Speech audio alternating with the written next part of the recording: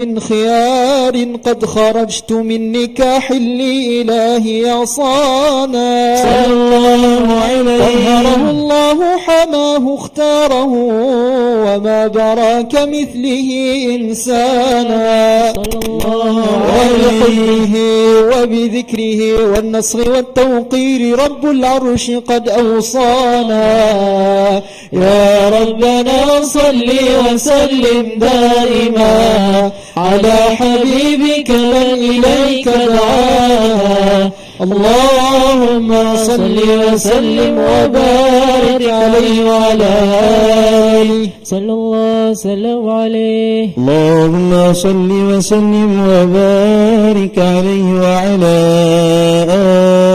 آله صلى الله وسلم عليه. يا أبا الحسنين عليك السلام يا رفيق الرسول وصاحبي الكرام يا أبا الحسنين عليك السلام يا رفيق الرسول وصاحبي الكرام يا رفيق الرسول وصاحبي الكرام يا أبا الحسنين عليك السلام.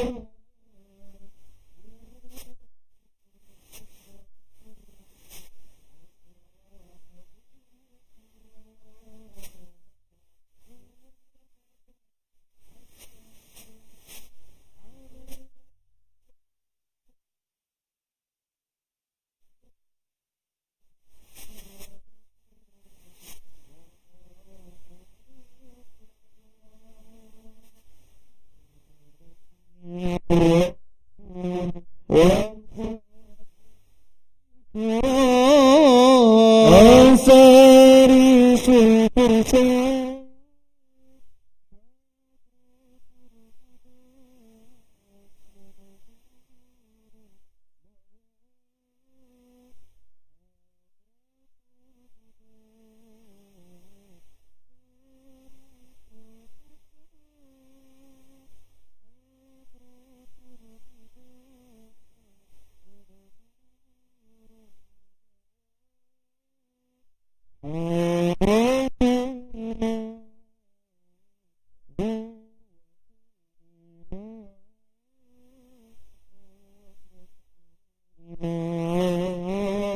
دعوة الإيمان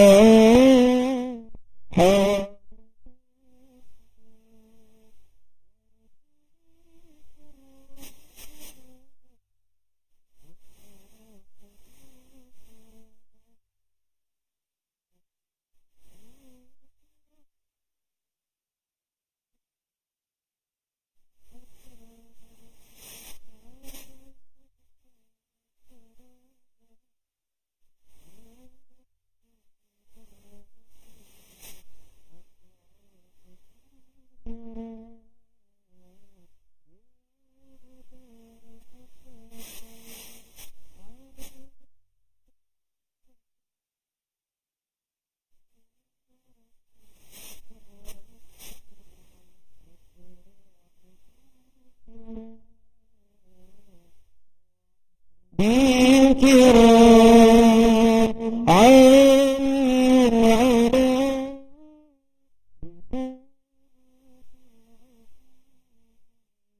والمجد والكرام والنصر العظيم عالي عليه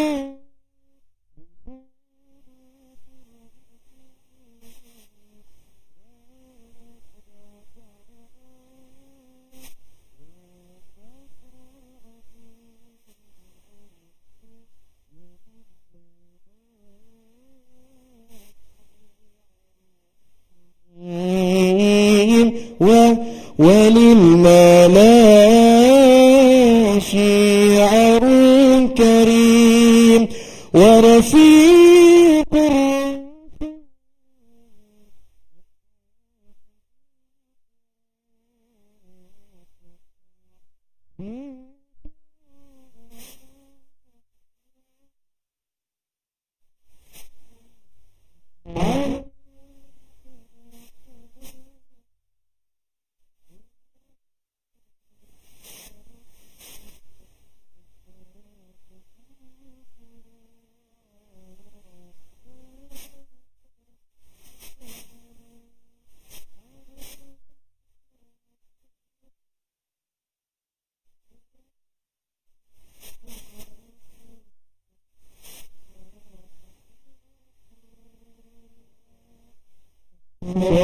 وصحبه الكرام. اللهم صل وسلم وبارك عليه وعلى آله.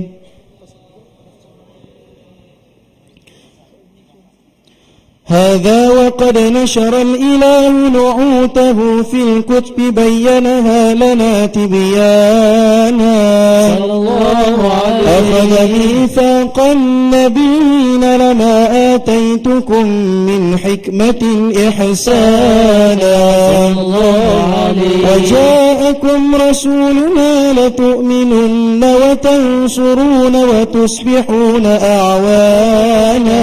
صلى الله عليه قد بشروا أكوانهم بالمصطفى أعظم بذلك رتمة ومكانا. فهو وإن جاء الأخير مقدم يمشون تحت لواء من نادانا. يا أمة الإسلام أول شافع ومشفع أنا ضد لا أتوانا. حتى أنادى ارفع وسل تعطى وقل يسمع لقولك نجم فخرك بانا. ولواء حمد الله جل بيدي ولأول آتي أنا الجنانا.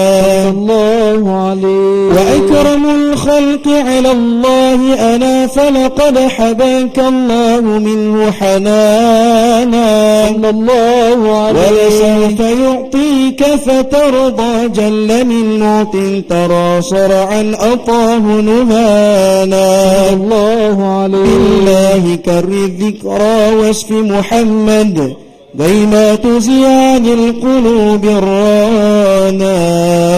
يا ربنا صل وسلم دائما على حبيبك من إليك دعا. اللهم صل وسلم وبارك عليه وعلى آله. صلى الله وسلم عليه. لما دنا وقت البروز لأحمد عن إذن من ما شاءه قد كان. صلى الله عليه. الأم الأمينة بنت وهب من لها أعلى الإله مكانا. صلى الله عليه. والد المختار عبد الله بن عبد المطلب رأى البرهانا. صلى الله عليه. لا يغمر نور طه وجهه وسرى إلى الابن المصون عيانا. صلى الله عليه. هاشم الكريم الشهم بن عبد مناف بن قصي كان. صلى الله عليه. والده يدعى حكيما شأنه قد اعتلى عازز بذلك شانا.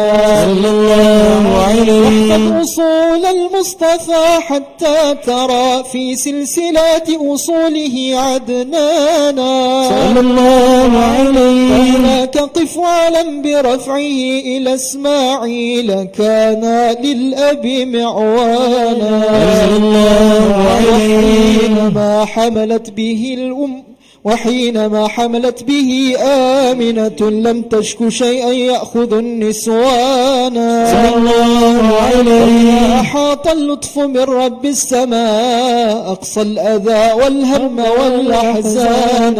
صلى الله عليه. ورأت كما قد جاء ما علمت به أن المهيمن شرف الأكوان. صلى الله عليه. بالطهر من في بطنها فاستبشرت ودنا المخاض فأترعت رضوانا. سبحان الله الحمد لله لا إله إلا الله الله أكبر. سبحان الله الحمد لله ولا إله إلا الله الله أكبر. سبحان الله الحمد لله ولا إله إلا الله والله أكبر. سبحان الله الحمد لله ولا إله إلا الله والله أكبر.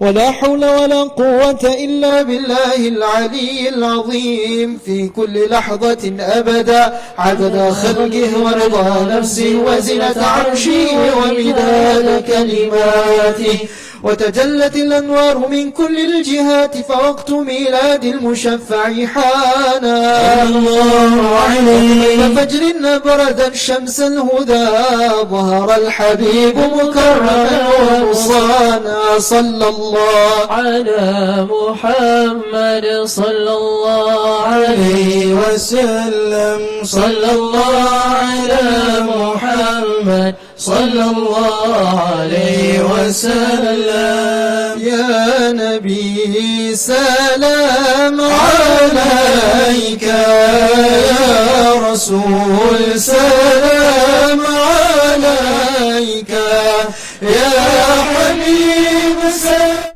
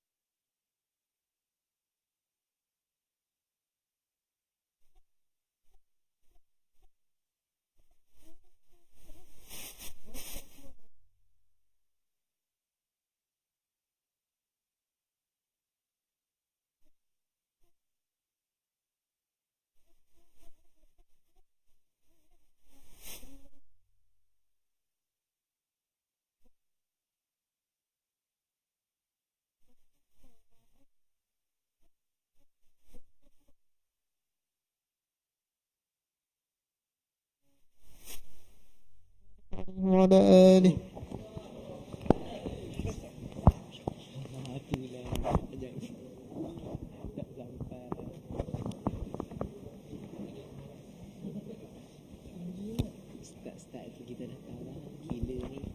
Alhamdulillah. Alhamdulillahil qail. Ya ayyuhalladzina amanu dzkurullaha dzikran katsira wasabbihuhu bukratan wa asila. Huwallazi yusalli 'alaikum wa malaikatuhu liyukhrijakum minadh dhulumati ilan nur.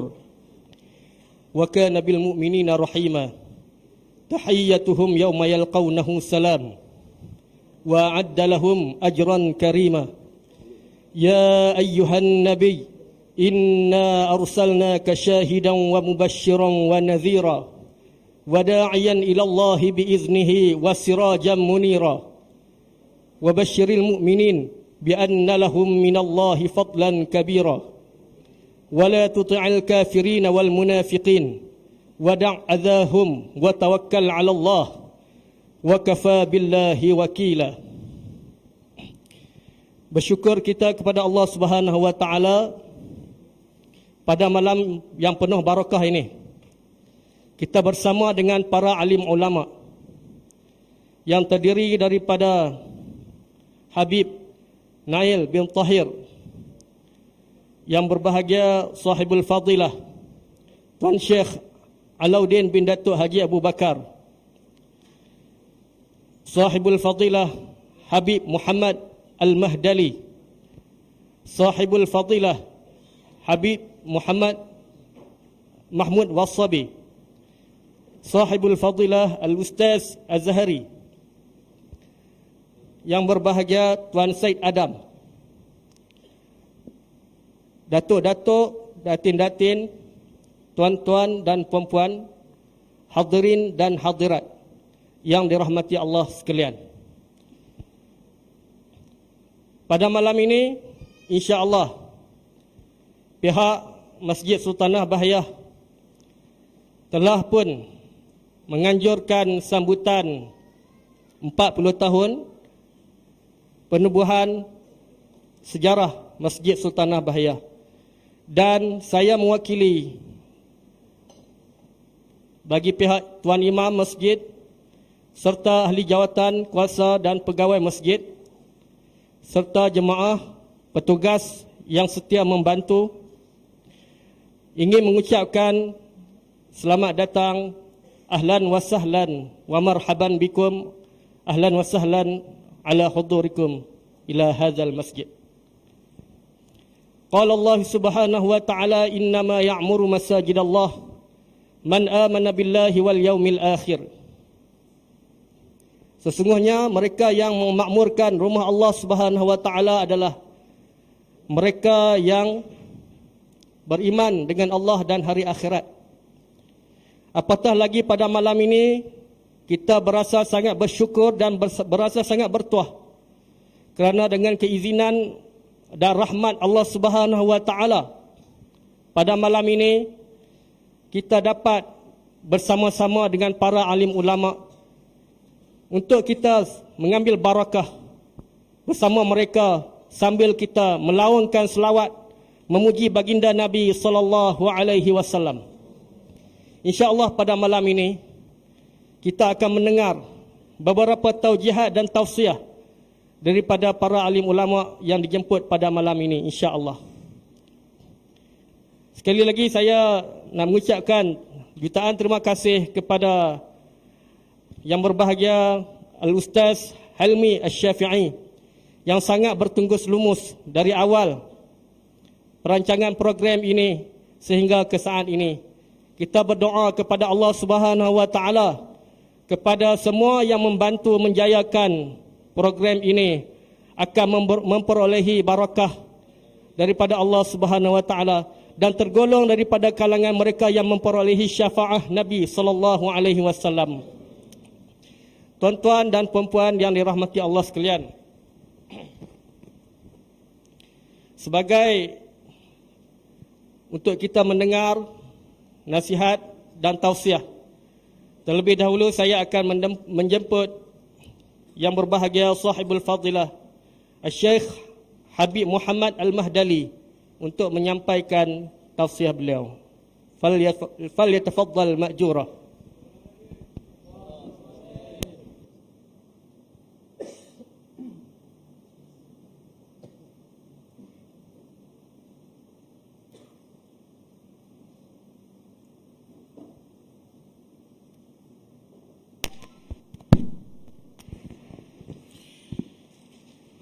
Assalamualaikum warahmatullahi wabarakatuh. Bismillahirrahmanirrahim. Alhamdulillahi rabbil alamin. Wa bihi nasta'in ala umuri dunya wad din. Wa nusalli wa nusallim ala sayyidina wa habibina wa syafi'ina Rasulillah Muhammad ibn Abdullah al-Amin wa ala alihi wa ashabihi ajma'in. Subhanaka la ilma lana illa ma 'allamtana innaka antal alimul hakim. Wa la hawla wa la quwwata illa billahil aliyyil azim. Rabbana shrah lana sudurana wa yassir lana umurana wahlul 'uqdatan min alsinatina nafqahu aqwalana وسدد خطانا في خدمة الإسلام والمسلمين آمين ya rabbal alamin. Jazakumullah khairan diucapkan kepada pengacara majlis kita pada malam ini, Al-Muhtaram Sahibul Fadilah Tuan Guru Syekh Alauddin Hafizahullah Ta'ala wa ra'a wa saddada khuta fi khidmatil Islam wal muslimin, barisan asatizah Ustaz Hilmi Asy-Syafi'i, Ustaz Azhari, dan juga asatiza yang tak dapat disebutkan namanya satu persatu, namun insyaallah tidak mengurangkan rasa ta'zim dan kasih sayang al-fagir kepada antum semua, dan juga para habaib Ibnail bin Tahir hafizahullah ta'ala wa ra'a, dan juga kepada Syekh Mahmud Al-Wusabi hafizahullah ta'ala wa ra'a, dan juga Al-Habib Adam Bafagih hafizahullah ta'ala wa ra'a, Habib Abdullah Al-Kaf hafizahullah ta'ala wa ra'a, dan seluruh para habaib, para hadirin dan hadirat yang dirahmati oleh Allah sekalian. Alhamdulillahirabbil alamin. Kita senantiasa mengucapkan syukur kehadirat Allah Subhanahu wa taala yang mana di malam ini kita dihimpunkan bersama-sama di rumah Allah Subhanahu wa taala selepas menunaikan tadi salat maghrib berjamaah dan juga salat isya berjamaah. Bahkan ada juga insyaallah mungkin yang berbuka puasa sempena 10 Muharram di Masjid Sultanah Bahiyah. Maka kini semua adalah nikmat-nikmat Allah Subhanahu wa taala yang patut kita syukuri. Oleh karena masjid ini seperti mana yang disebutkan oleh salah seorang sahabat yang bernama Ubay bin Ka'bin, bahwa ada 3 benteng di dalam agama Islam. Yang pertama sekali Al-Quranul Karim, benteng. Yang kedua Al-Masajid, masjid juga benteng. Dan yang ketiga zikrullah juga benteng. Jadi apabila kita berada di benteng ini, maka insya Allah kita akan terselamat daripada segala bentuk-bentuk serangan-serangan musuh, sama ada daripada makhluk-makhluk gaib ataupun makhluk-makhluk yang lain. Jadi alhamdulillah sempena 40 tahun Masjid Sultanah Bahiyah, kita ucapkan tahniah kepada pengurusi masjid dan juga tuan imam beserta ahli jawatan kuasa serta ahli qaryah Masjid Sultanah Bahiyah. Oleh karena hari ini memperingati 40 tahun masjid telah menghimpunkan manusia-manusia sujud kepada Allah Subhanahu wa taala di dalam masjid ini. Menghimpunkan manusia-manusia untuk berbuat ketaatan kepada Allah Subhanahu wa taala. menghimpunkan manusia-manusia untuk bersama-sama berada di dalam majlis-majlis.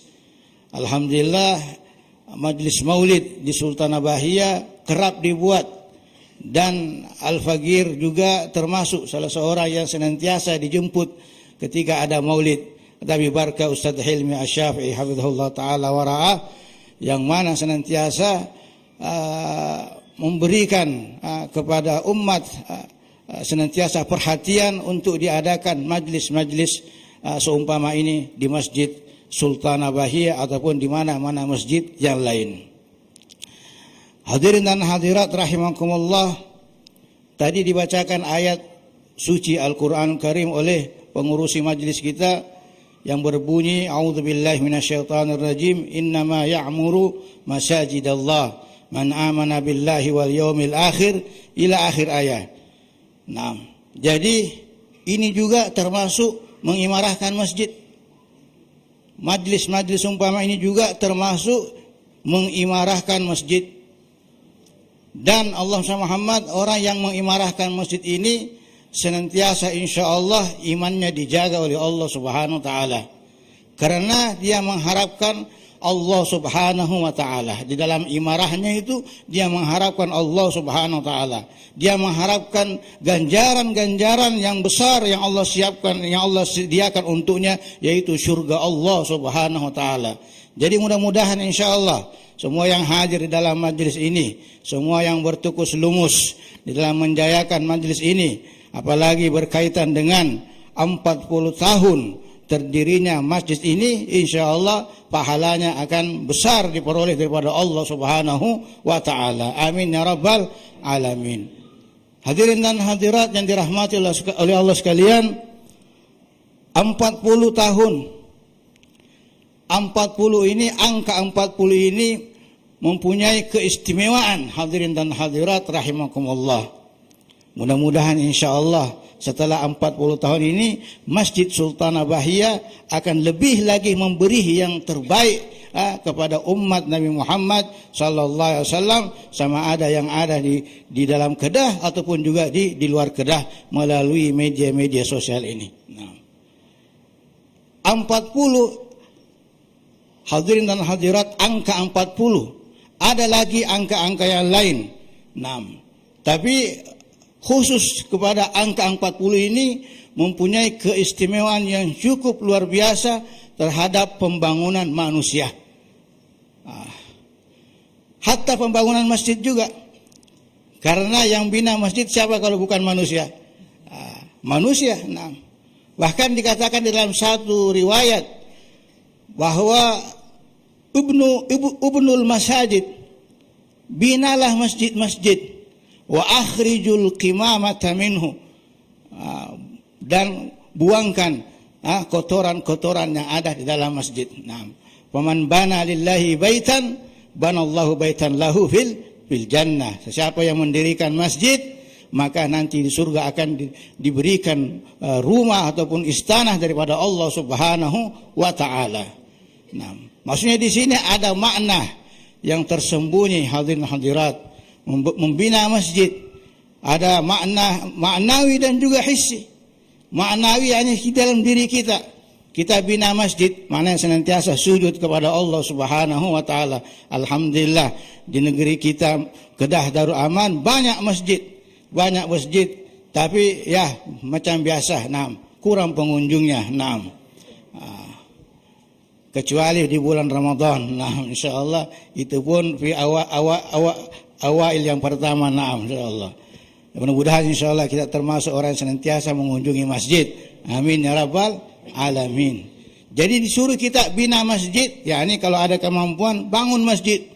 Tetapi tidak terlepas juga kita membangun masjid dalam diri kita. Maknanya senantiasa sujud kepada Allah Subhanahu wa taala.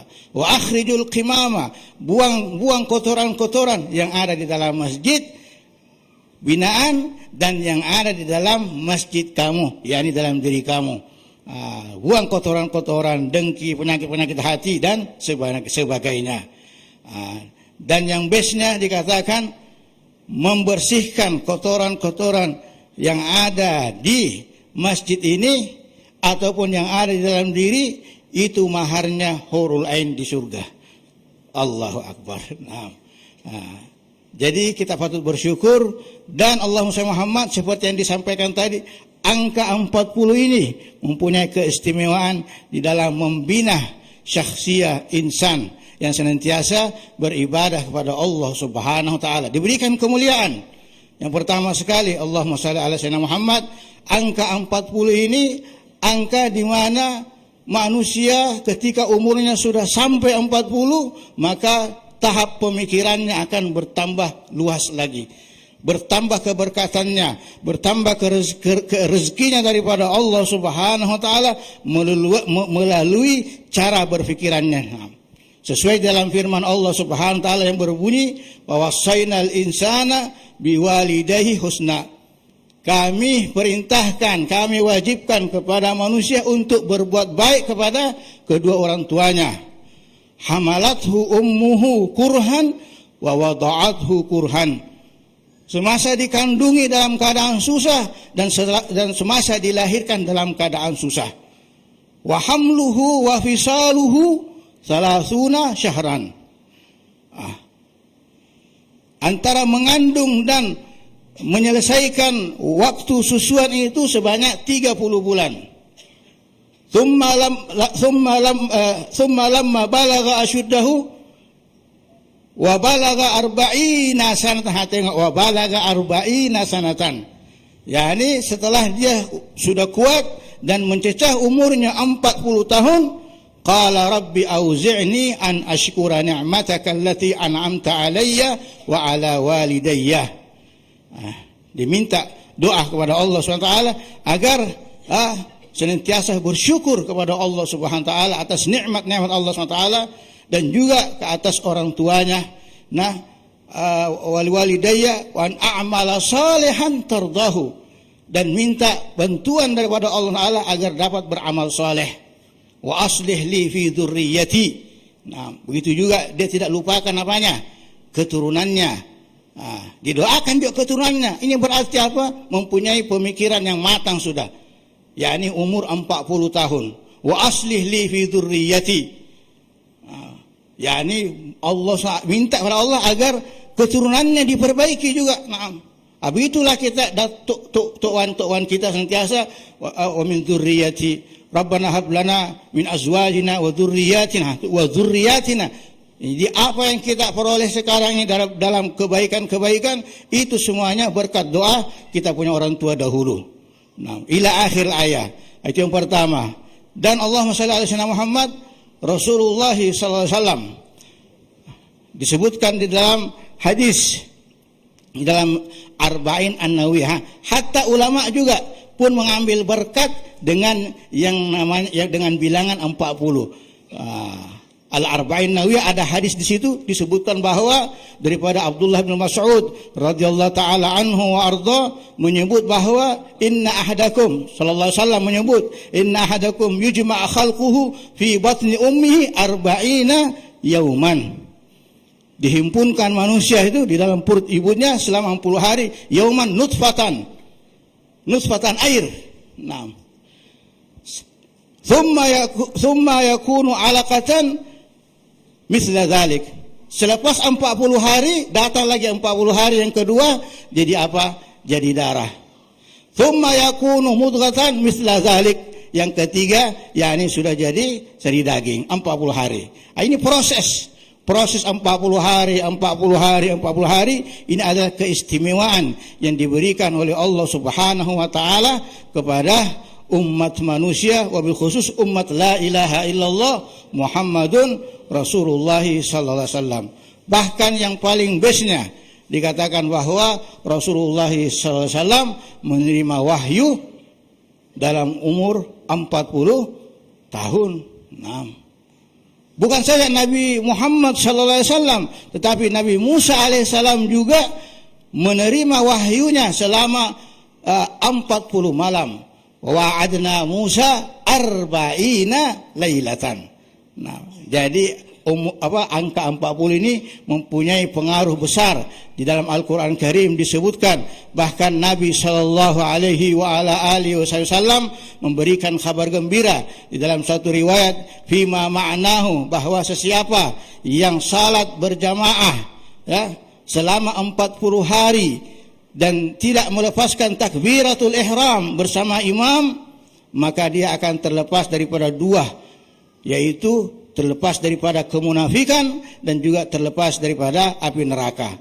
Mudah-mudahan insyaAllah hadirin dan hadirat rahimakumullah, kita doakan pengurusi Masjid Sultan Bahiyah sehat, panjang umur, jasmani dan rohani, dan senantiasa memberikan yang terbaik kepada umat Nabi Muhammad SAW, sama ada melalui majlis-majlis ilmu dan juga majlis-majlis seumpama ini. Dan mudah-mudahan insyaAllah wilayah Kedah Darul Aman senantiasa dijaga oleh Allah Subhanahu Wa Taala, senantiasa subur masjid-masjid yang ada di dalam Kedah Darul Aman dengan pelbagai majlis insyaAllah. Amin amin ya rabbal alamin. Hadza wabillahi taufiq wal hidayah. Wassalamualaikum warahmatullahi wabarakatuh. Wal afu minkum. Jazakallah khairan katsira kepada sahibul fadilah Habib Muhammad Al-Mahdali di atas taujihat dan tahjiah daripada beliau berkenaan dengan kehebatan dan barakah angka 40 yang disebut di dalam Al-Quran, serta doa daripada Syekh kepada kita semua.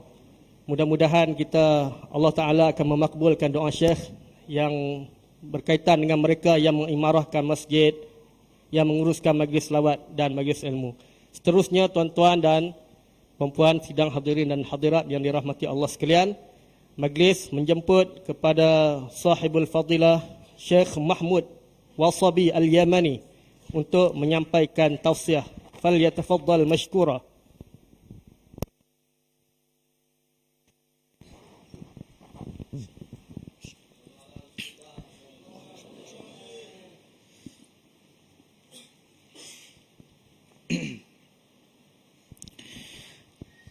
Bismillahirrahmanirrahim. Alhamdulillah al-ilah al-ma'bud khalaqana linarbaha alayhi la liyarbaha alayna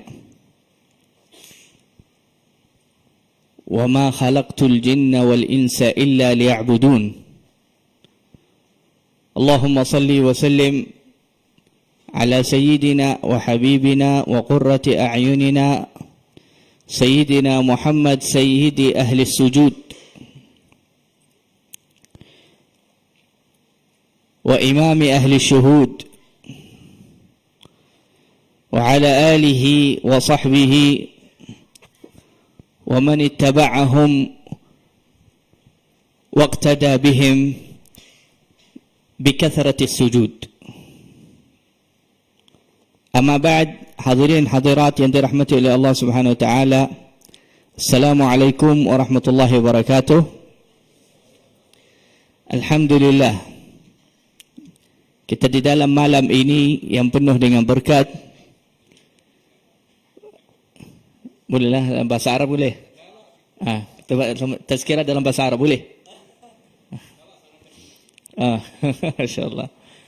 Alhamdulillah, kita baru selesai hari Ashura, hari Jumaat sekali, berkumpul dua fazilah pada hari ini. Kelebihan hari Jumaat, juga kelebihan hari Ashura. Dan dua-duanya adalah kelebihan yang besar. Hari Jumaat, Sayyidul Ayyam, pemimpin hari dalam seminggu. Hari Ashura, hari yang mana antara kelebihannya, jika kita puasa hari Ashura, maka Allah akan ampunkan dosa yang berlaku di tahun yang lalu. Ini salah satu daripada kelebihan hari Ashura. Dan ulama kata, apakah hikmah dalam hadis yang sahih kelebihan puasa hari Arafah dapat keampunan 2 tahun tahun yang lalu dan tahun yang akan datang. 2 tahun kelebihannya. Kalau kita puasa hari Arafah. Tapi kalau puasa hari Ashura, kita dapat keampunan untuk 1 tahun saja.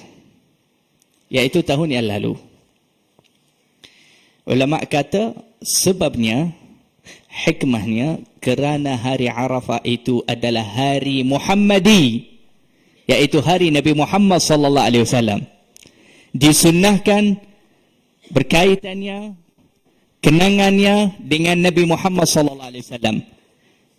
Tapi hari Ashura, kenangannya, kisahnya berkait dengan Nabi Musa alaihi salam, dan Nabi Muhammad sallallahu alaihi wasallam lebih mulia dan lebih agung daripada Nabi Musa. Kerana itu hari Nabi Muhammad bahalanya 2 tahun, tapi hari Nabi Musa bahalanya 1 tahun saja.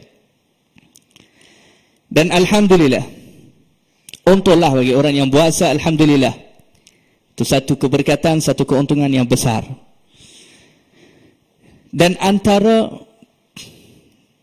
keistimewaan yang kita berkumpul di malam ni untuk menyambutnya, untuk meraihkannya, iaitu menyambut 2 perkara yang besar.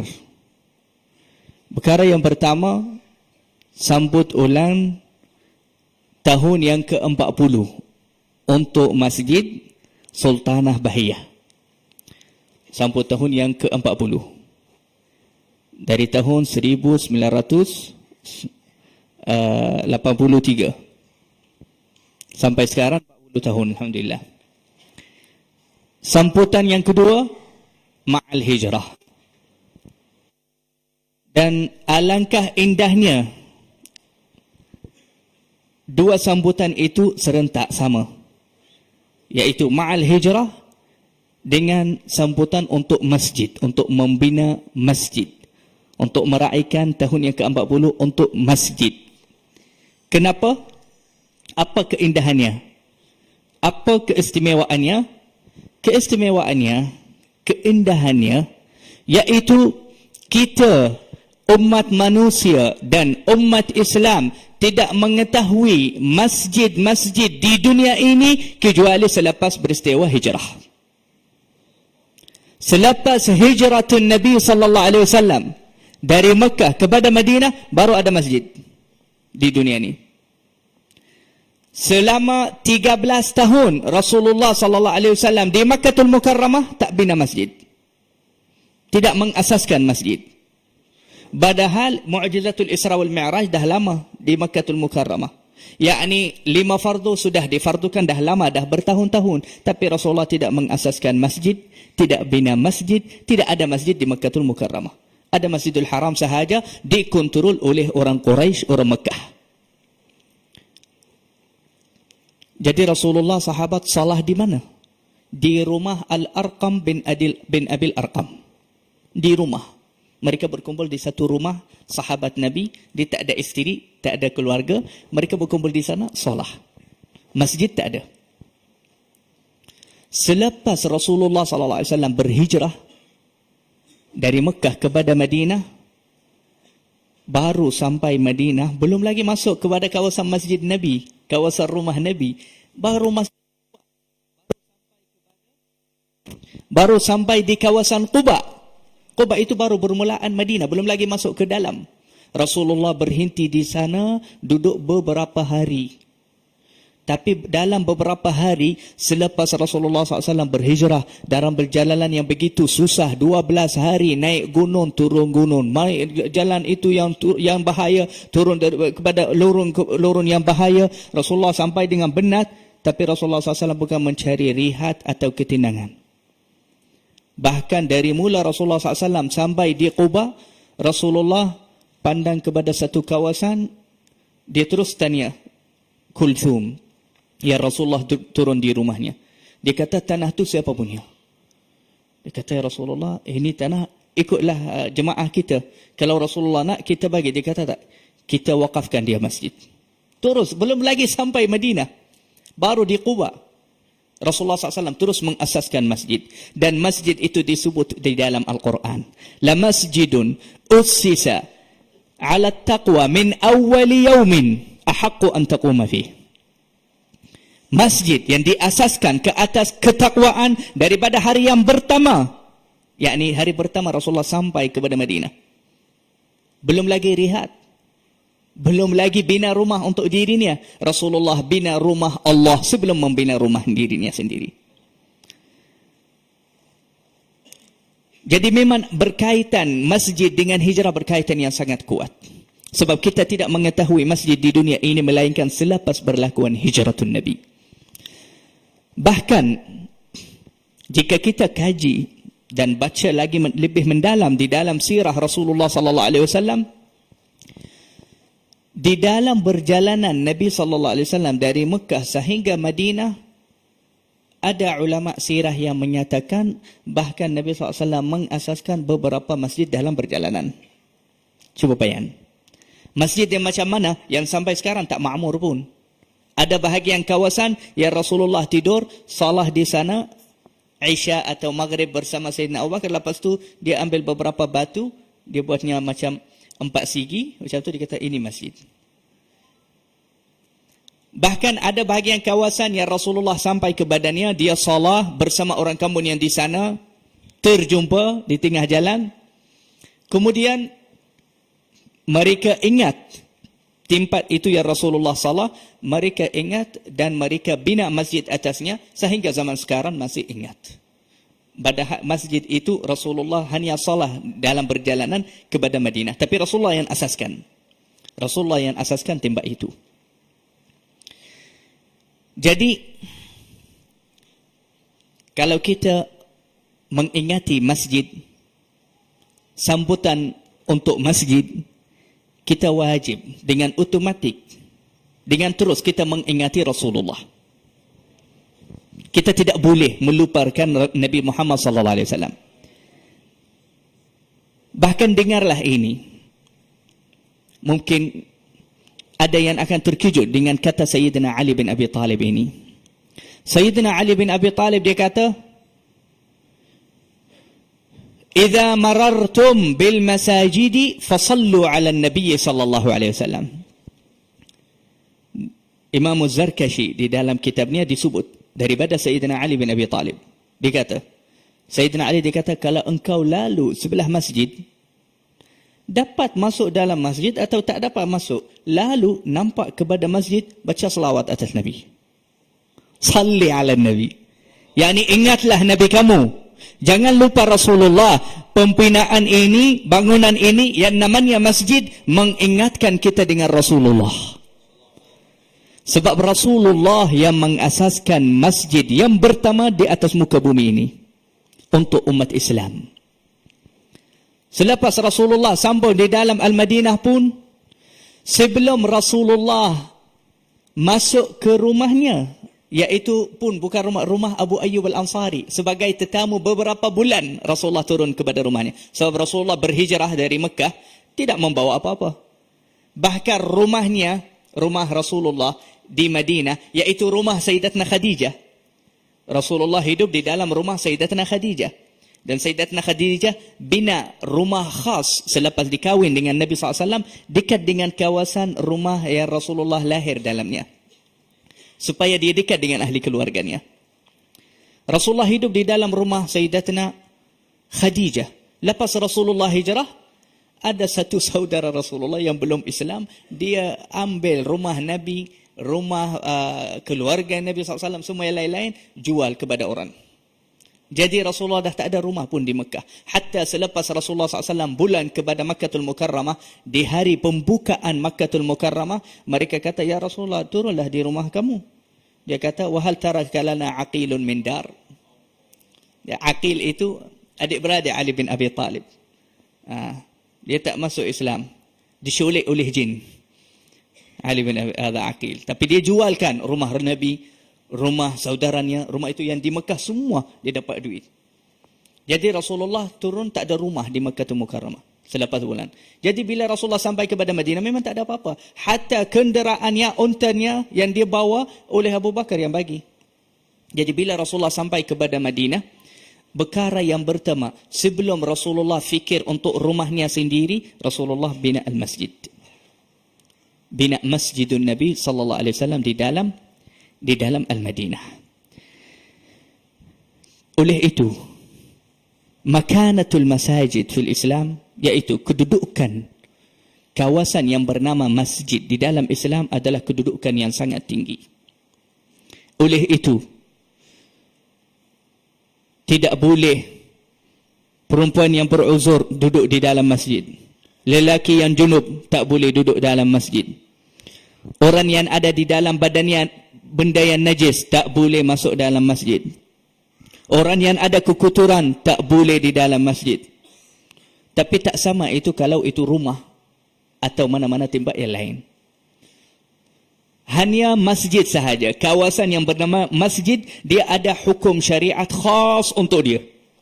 Sehingga Al-Imam Az-Zarkashi yang saya sebut tadi, dia menuliskan satu kitab 400 muka surat khas tentang hukum hakam yang khas berkait dengan masjid.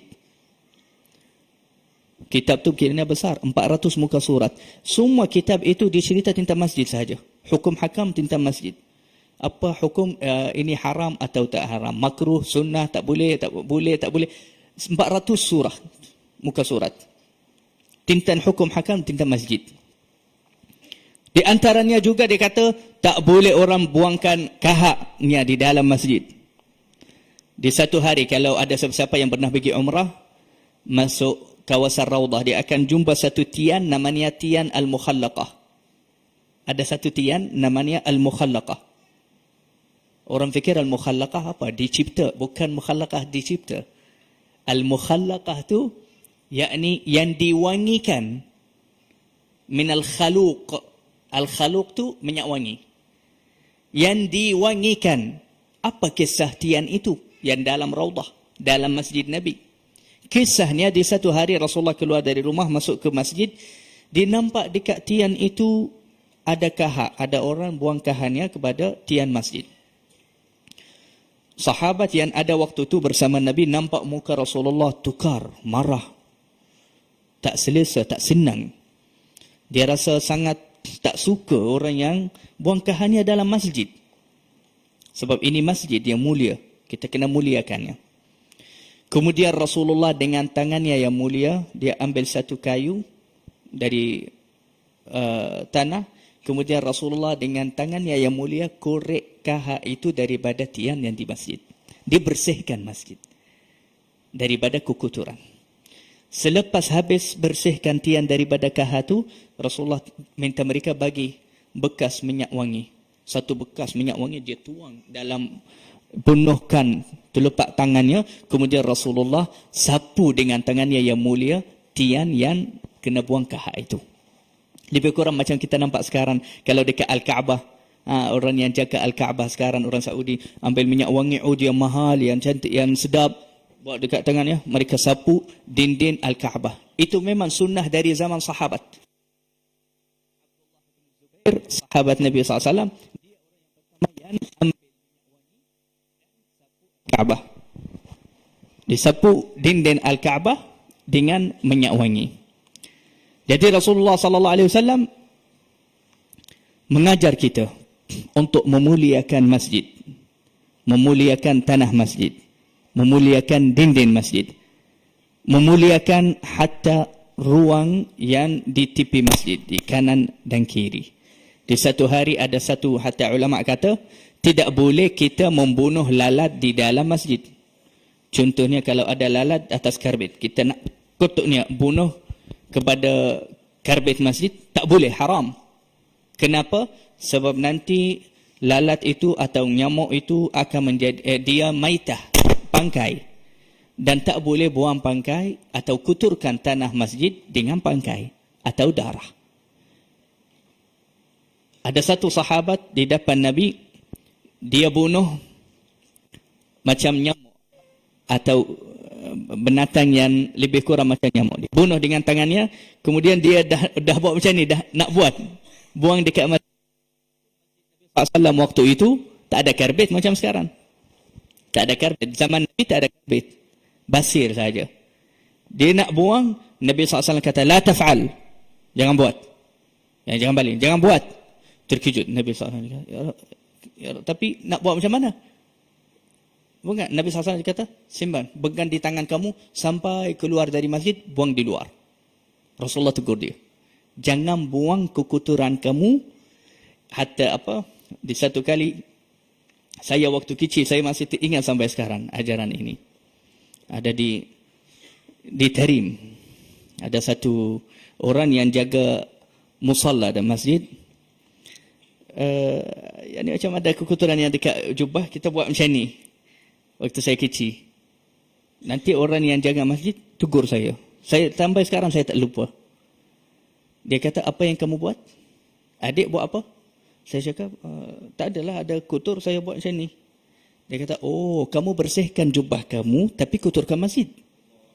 Allah. Masuk terus dalam hati saya ingat sampai sekarang. Saya tak boleh lupa. Betul juga. Betul juga, saya bersihkan jubah saya. Tapi sekarang saya buat apa? Saya kotorkan masjid. Jadi saya sekarang mengutamakan jubah saya daripada masjid. Saya balik kutip, ambil dalam buku. Jadi ulama kata, apa-apa kekotoran ada di jubah kita, atau di badan kita, atau di barang kita, jangan buang dalam masjid. Walaupun kecil. Jaga kebersihan masjid. Hormat kepada masjid. Agungkan masjid. Dan ketahuilah, ini satu faedah besar, bahawa kamu, wahai orang yang datang kepada masjid, duduk di dalam masjid, kamu ni tetamu Allah. Kamu faham tak? Kamu tetamu Allah, bukan tetamu seorang raja, seorang sultan, seorang kaya, seorang yang mulia, yang banyak pemurah hati. Kamu tetamu Allah bila kamu ada di dalam masjid. Sayyidina Umar berkata, Al-masajidu buyutullah. Masjid-masjid ni rumah Allah. Dan Allah adalah tuan rumah. Dan hak atas tuan rumah memuliakan tetamunya. Hak atas tuan rumah memuliakan tetamunya. Dan Allah memang memuliakan tetamunya. Iaitu siapa-siapa yang masuk ke dalam masjid, salah walaupun 2 rakaat, dengan niat i'tikaf, dengan khusyuk, dengan menghormati masjid, Allah akan ampunkan dosanya. Dia tidak akan keluar daripada rumah Allah itu, melainkan dia keluar dengan sahaif bayda, dengan buku yang putih, dengan hati yang bersih, dan dosa yang diampuni. Sebab dia dah jadi tetamu Allah di hari itu. Siapa-siapa menjadi tetamu Allah, diampunikan dosanya, dimuliakan oleh Allah Subhanahu wa ta'ala. Moga-moga insya-Allah kita di saat ini, di waktu ini, di majlis ini yang mulia, kita dimuliakan oleh Allah. Dipandang oleh Allah dengan pandangan rahmah. Diampunikan dosa kita semua, yang besar dan yang kecil, yang zahir, dan yang batin, dunia dan akhirat.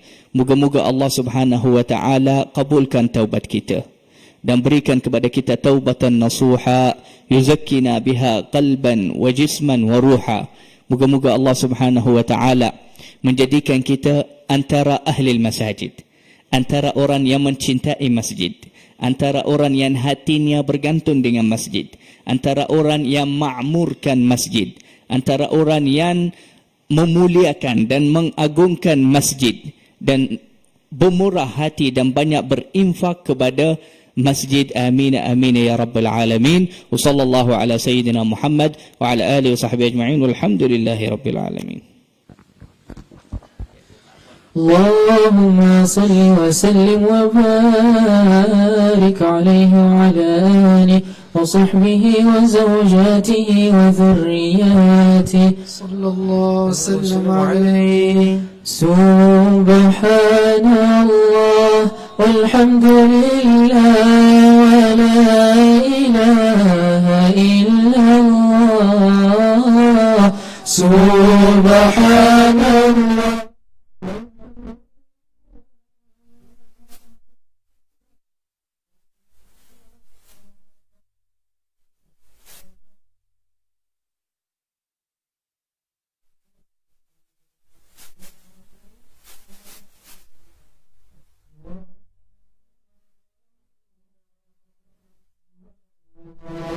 Yeah. الصفات يا ذا الصفات العالية قائم بالفنا أريد فينا أريد عطية الله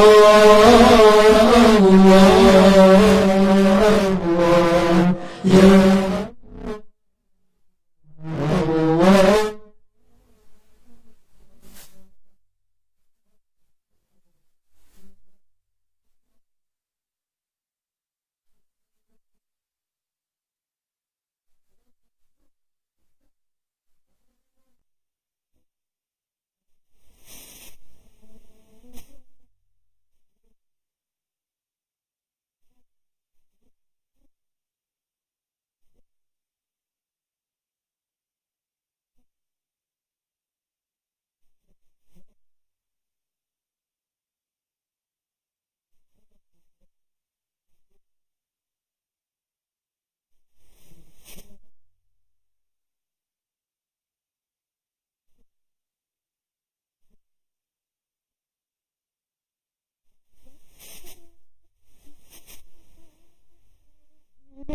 إلى رجال سلكوا في تقى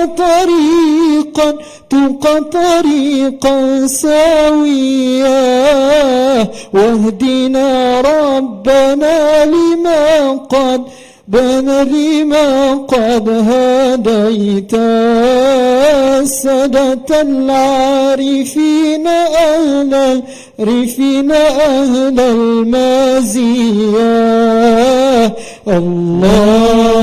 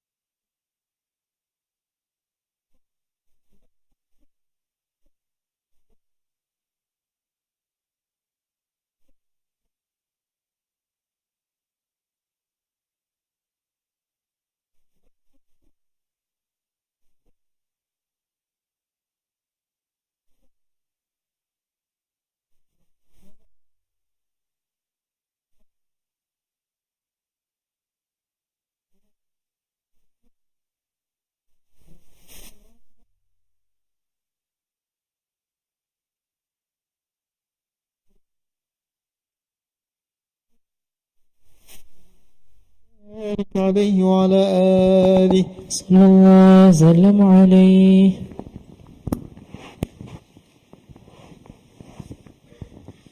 Jazakallah khairan katsira pada Tuan Syekh Mahmud Wasabi Al-Yamani di atas tausiah yang berkaitan dengan masjid dan peristiwa hijrah, di mana ia memberikan semangat kepada mereka-mereka yang terlibat di dalam mengimarah dan menjaga masjid rumah Allah.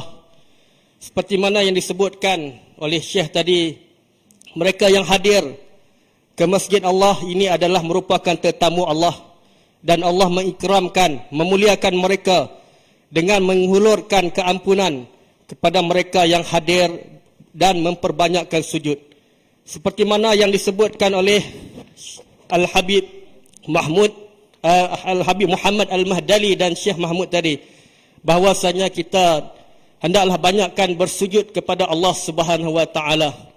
Di samping itu kita kena ingat bahwasanya Nabi SAW juga pernah membersihkan kotoran di dalam masjid, di dalam kawasan Raudhah, menunjukkan Nabi SAW menunjukkan kepada kita bahawa orang yang membersihkan rumah Allah itu adalah sebahagian daripada akhlak yang mulia.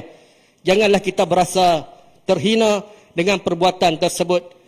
Kalau kita nampak kekotoran di dalam masjid, kita berkhidmat dengan masjid. Sedangkan Nabi SAW, manusia yang kita selawat, kita memuji baginda pada malam ini, terlibat di dalam perbuatan membersihkan rumah Allah Subhanahu wa taala. Mudah-mudahan mereka yang terlibat ini secara dalam mengimarahkan masjid. Sekali lagi kita doakan akan dirahmati dan diberkati oleh Allah sepanjang masa. Tuan-tuan dan puan-puan sidang hadirin dan hadirat yang dimuliakan, seterusnya majlis mempersilakan Fadilatul Syekh Nail bin Tahir, Al-Habib Nail bin Tahir untuk menyampaikan tausiah beliau. Falyatafaddal ma'jura.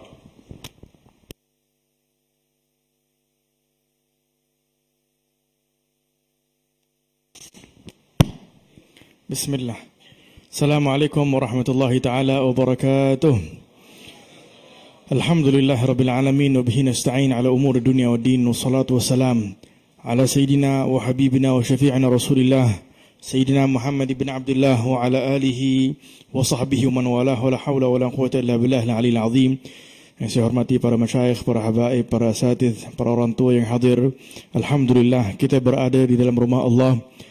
Duduknya kita dalam rumah Allah adalah merupakan ibadah, adalah merupakan waktu untuk kita bersama-sama bermuhasabah, untuk kita bersama-sama meminta dan memohon kepada Allah Subhanahu wa taala agar Allah Subhanahu wa taala tidak keluarkan kita daripada rumah ini kecuali diampuni oleh Allah Subhanahu wa taala segala dosa kita, kecuali Allah Subhanahu wa taala memberikan rahmah kepada kita, kecuali Allah Subhanahu wa taala memenuhi hati kita dengan cinta kepada Allah, dengan cinta kepada Rasulullah sallallahu alaihi wasallam.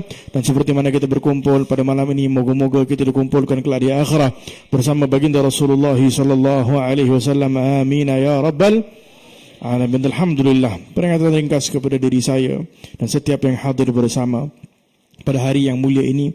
Seperti mana kita dengar tadi daripada para masyayikh kita memberitahu tentang hari yang mulia, yaitu hari Yaum Ashura. Dan kita berada di bulan yang mulia, yaitu bulan Muharram, yang merupakan salah satu bulan yang dianjurkan kita untuk memperbanyakkan puasa. Dan hari ini barang siapa yang berpuasa maka beruntung, alhamdulillah, pemberian taufik dan hidayah daripada Allah Subhanahu wa taala. Seperti mana kita dengar tadi beliau memberitahu di dalam hadis, baginda merebutkan dalam hadis, barang siapa yang berpuasa pada hari Yaum Ashura, yukaffirullah Subhanahu wa taala, mengampuni dosanya sanah allati qablaha, semua 1 tahun penuh diampuni oleh Allah Subhanahu wa taala. Dalam masa yang sama, sesiapa yang tidak dapat berpuasa jangan sampai dia meninggalkan puasanya orang-orang salihin. Yang mana Imam Al-Ghazali rahimahullahu taala beliau menyebutkan dalam kitabnya Ihya Ulumuddin, puasa orang-orang yang saleh adalah mata, menahan mata daripada melihat perkara yang haram, menahan tangan daripada melakukan perkara yang haram, menahan kaki, menahan tubuh badannya, jasadnya daripada melakukan perkara yang haram. Itu adalah merupakan puasa orang-orang yang saleh. Karena apa guna kalau dia hanya menahan makan dan menahan minum, akan tetapi lidahnya masih bergosip, lidahnya masih mengumpat, lidahnya masih mengutuk, matanya masih melihat perkara-perkara yang tidak diridai oleh Allah Subhanahu wa taala. Kam min shaimin, kata Nabi Muhammad sallallahu alaihi wasallam, tidak dapat apa-apa. Berapa banyak orang yang berpuasa tidak dapat apa-apa kecuali ju' wal atash, kecuali hanya sebatas lapar dan dahaga saja. Maka dengan itu hadirin dan hadirat yang dirahmati oleh Allah Subhanahu wa taala, ada orang-orang yang saleh setiap hari berpuasa. Puasa apa? Puasa daripada dunia, puasa daripada cinta kepada dunia, puasa daripada dosa, daripada maasi, sehingga hari akhirah, hari dia meninggal, waktu itulah dia berbuka puasanya. Maka dengan itu hadirin dan hadirat yang dirahmati oleh Allah Subhanahu wa taala, kita berharap dan bermohon kepada Allah Subhanahu wa taala, moga-moga Allah menjadikan kita orang-orang yang berpuasa insya-Allah, dikumpulkan kelak bersama orang-orang yang berpuasa insya-Allah. Amin ya rabbal.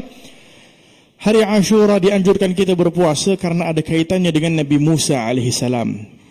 Baginda Rasulullah SAW apabila sampai ke kota Madinah melihat adanya orang-orang Yahudi yang sedang berpuasa, ditanyakan kenapa berpuasa pada hari ini. Kata mereka, kami berpuasa karena bersyukur kepada Allah Subhanahu wa taala yang telah menyebabkan Nabi Musa dan Bani Israel diselamatkan oleh Allah Subhanahu wa taala daripada kejahatannya Firaun. Maka kata baginda Rasulullah SAW, nahnu ahaqu bi Musa, kami lebih berhak untuk mensyukuri terhadap apa yang telah Allah Subhanahu wa taala kurniakan kepada Nabi Musa alaihissalam daripada mereka orang Yahudi. Maka dengan itu disebutkan juga bahawa daripada zaman jahiliyah lagi, hari Ashura ini adalah merupakan hari yang mulia.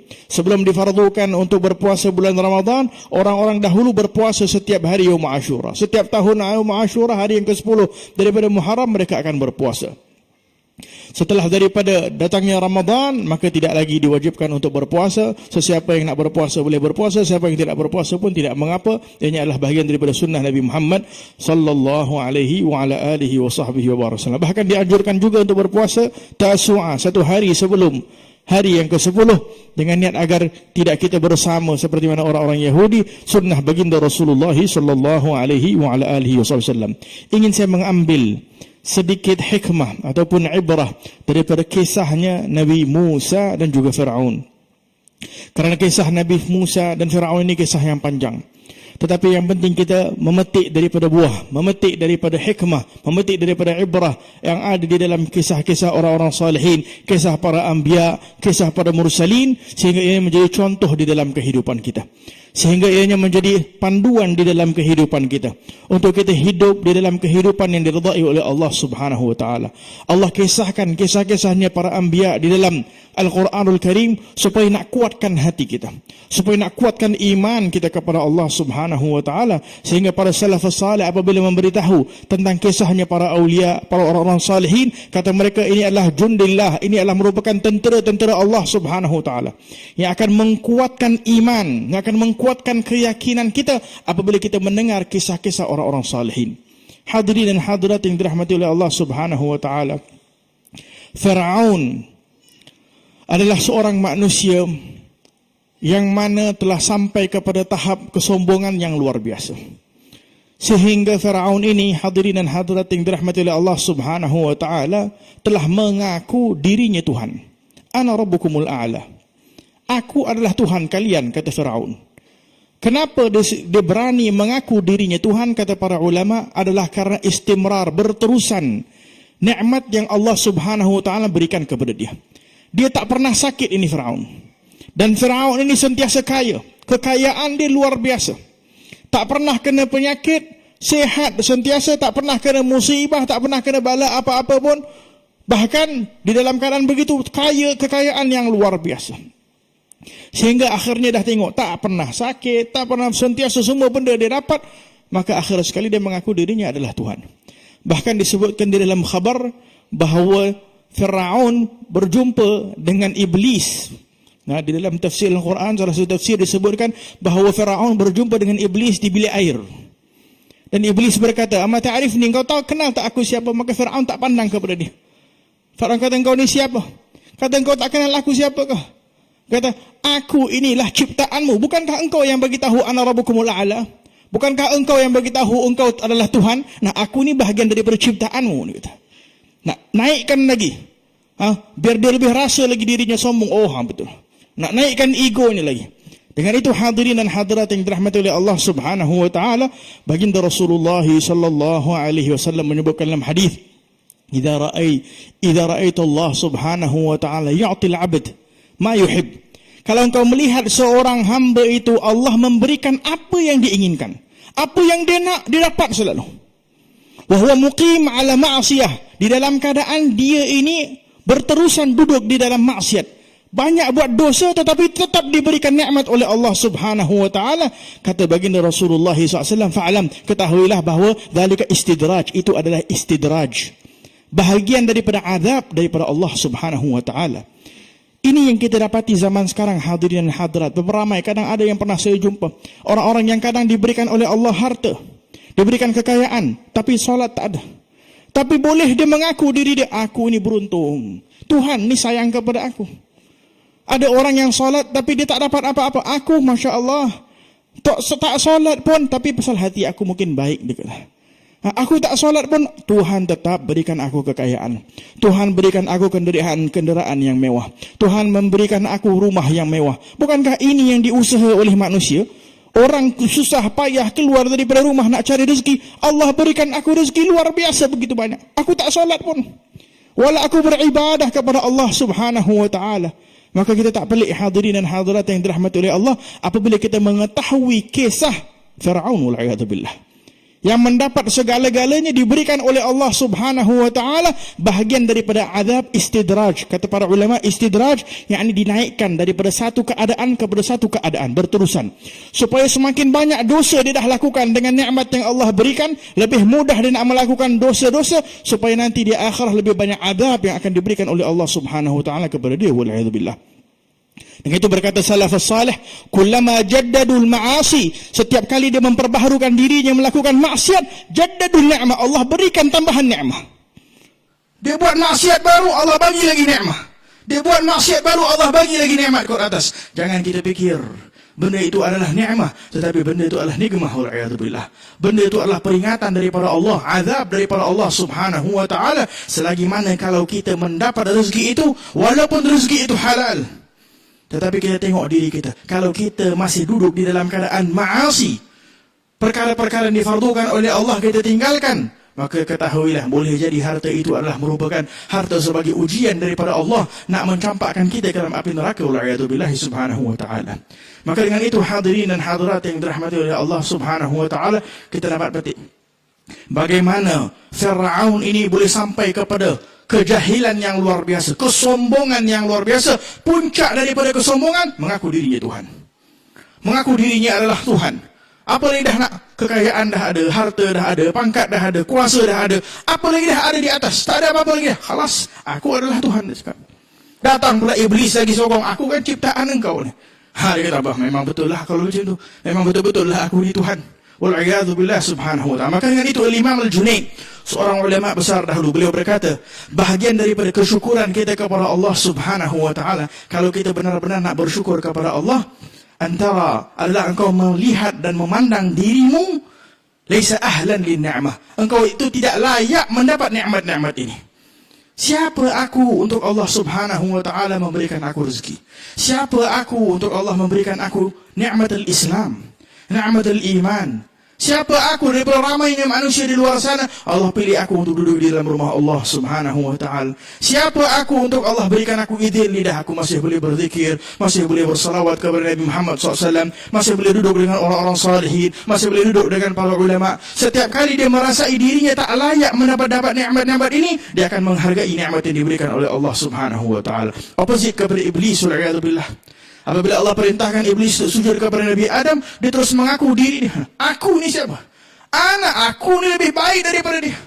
Ana khairu minhu khalaqtani min nar. Mula dah ungkit dia punya kelebihan. Aku dah beribadah berapa lama? Aku ni diciptakan daripada api. Aku sehingga kata ulama, orang yang pertama menyebut, makhluk yang pertama menyebut aku, ana ini adalah iblis. Wal'iyadzubillah subhanahu wa ta'ala. Maka dengan itu hadirin dan hadirat yang dirahmati oleh Allah Subhanahu wa ta'ala, kita dapat ambil hikmah, peringatan kepada kita. Jangan sampai kita sombong. Jangan harta kita membuatkan diri kita sombong. Jangan ilmu kita membuatkan diri kita sombong. Jangan amalan kita membuatkan diri kita sombong. Karena kesombongan disebabkan harta, disebabkan amalan, boleh membawakan kita kepada jalan iblis ataupun jalan Fir'aun. Wal'iyadzubillah subhanahu wa ta'ala. Hadirin dan hadirat yang dirahmati oleh Allah Subhanahu wa ta'ala, Nabi Musa alaihissalam, panjang cerita. Di akhirnya beliau ini dikejar oleh Firaun dan juga pengikut-pengikut Firaun. Pergi mana? Nak keluar daripada kota Mesir. Nak keluar daripada negara Mesir, nak pergi ke Palestin, nak pergi ke Baitul Maqdis. Diperintahkan oleh Allah Subhanahu wa ta'ala, bawa pengikut-pengikutnya daripada kaum Bani Israel begitu ramai, dan di belakangnya Firaun dan juga tentera-tentera Firaun. Lebih berjuta mungkin tentera Firaun.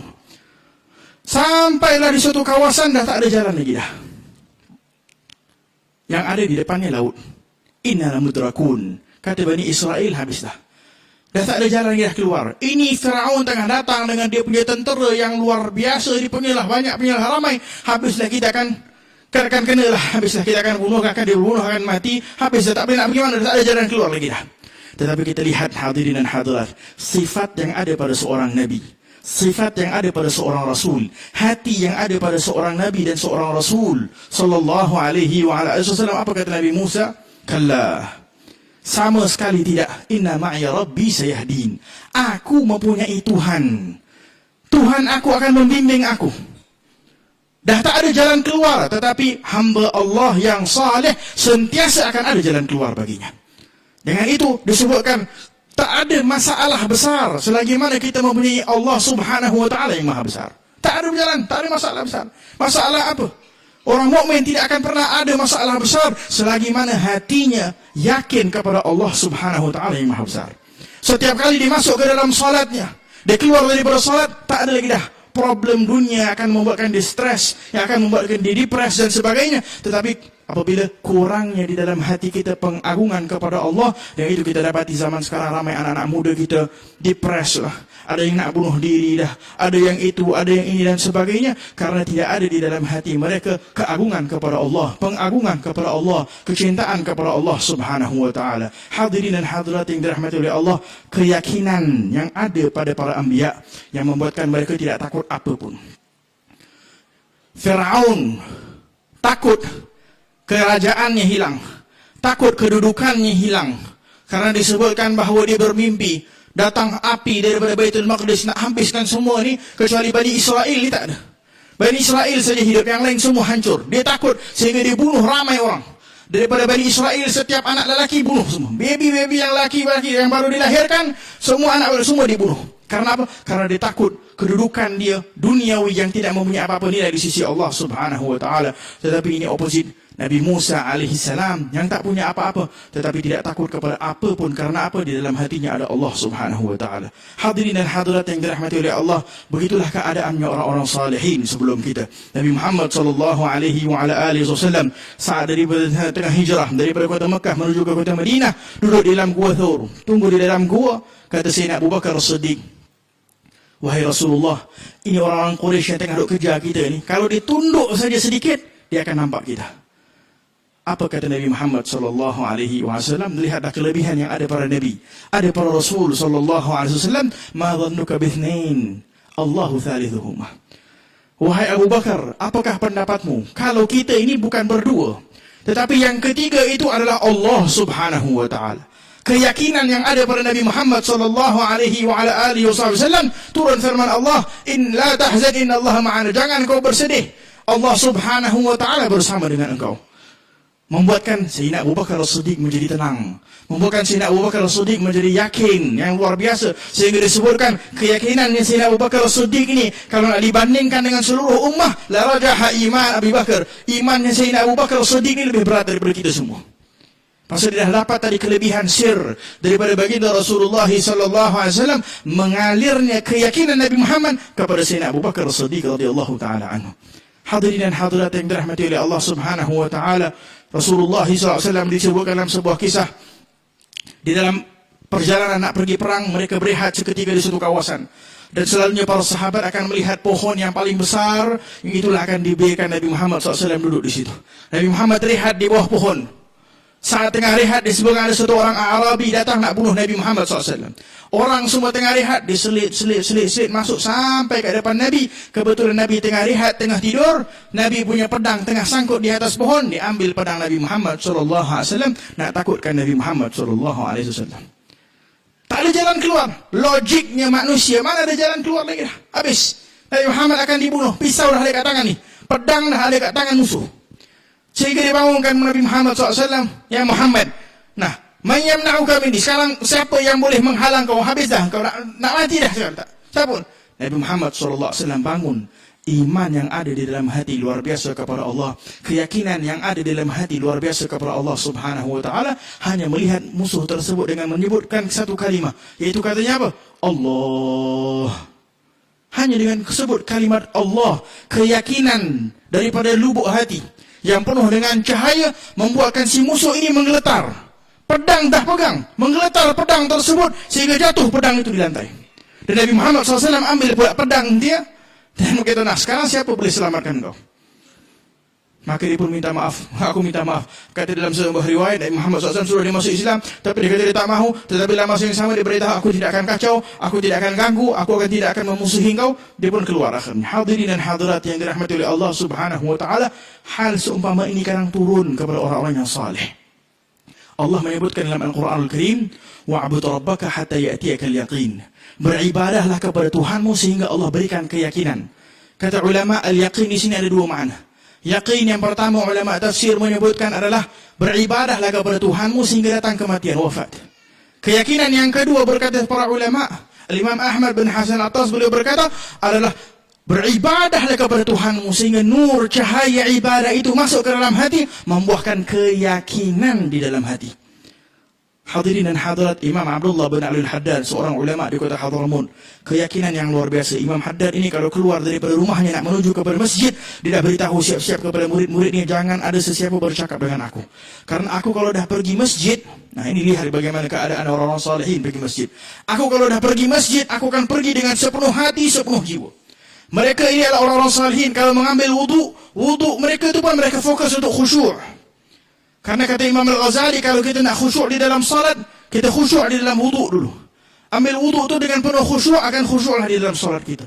Maka orang salihin mereka di rumah dah ambil wudu dengan penuh khusyuk, nak menghadap Rabbul Alamin, Tuhan Allah Subhanahu wa Ta'ala, yang Maha memberikan segala-galanya. Keluar daripada rumah dia dah beritahu siap, jangan ada sesiapa tanya aku, wala cakap dengan aku sepenuhnya tawajuh kepada Allah.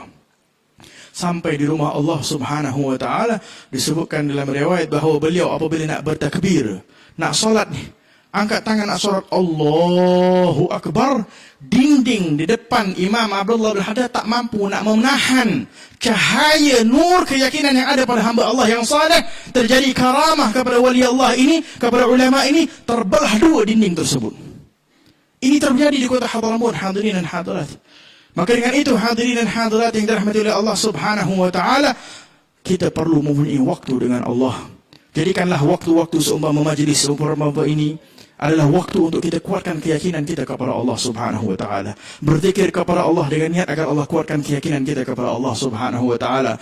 Bangun tahajud dengan niat agar Allah kuatkan keyakinan kita kepada Allah Subhanahu wa Ta'ala, sehingga tidak akan ada datangnya stres umum dalam kehidupan kita. Apabila kita yakin Allah Subhanahu wa Ta'ala dekat dengan kita, apabila kita yakin Allah akan bantu kita, apabila kita yakin Allah sayang kepada kita, Allah tak akan tinggal dengan kita, Allah cinta kepada kita, keyakinan ini akan datang apabila ada nur dan cahaya di dalam hati. Saya tutup dengan pepatah yang disebutkan oleh Imam Sayyidina Ibn Abbas radhiyallahu anhu. Beliau pernah menyebut Sayyidina Abbas radhiyallahu anhu, beliau pernah berkata, kalau ada nur dan cahaya daripada ibadah yang kita lakukan ini, akan dapat 4 perkara.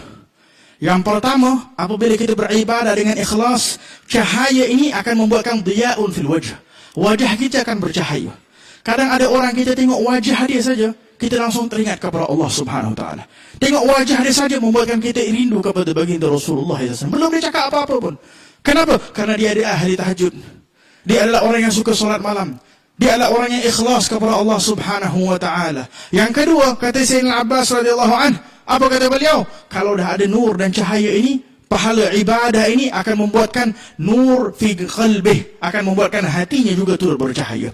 Dan yang ketiga, rezekinya akan diberkati oleh Allah Subhanahu wa Ta'ala. Akan wasa'ali rezeki, akan rezekinya diberkati oleh Allah berkat adanya keikhlasan dalam beribadah tadi kepada Allah Subhanahu wa Ta'ala. Dan yang keempat adalah Allah tanamkan di hati manusia mahabbah lil khalq.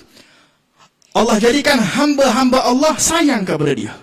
Dia tak minta orang nak sayang kepada dia. Seperti zaman sekarang kita minta, kita buat sesuatu demi nak mencari perhatian, demi mencari orang like kita, orang tengok kita, orang sayang kita.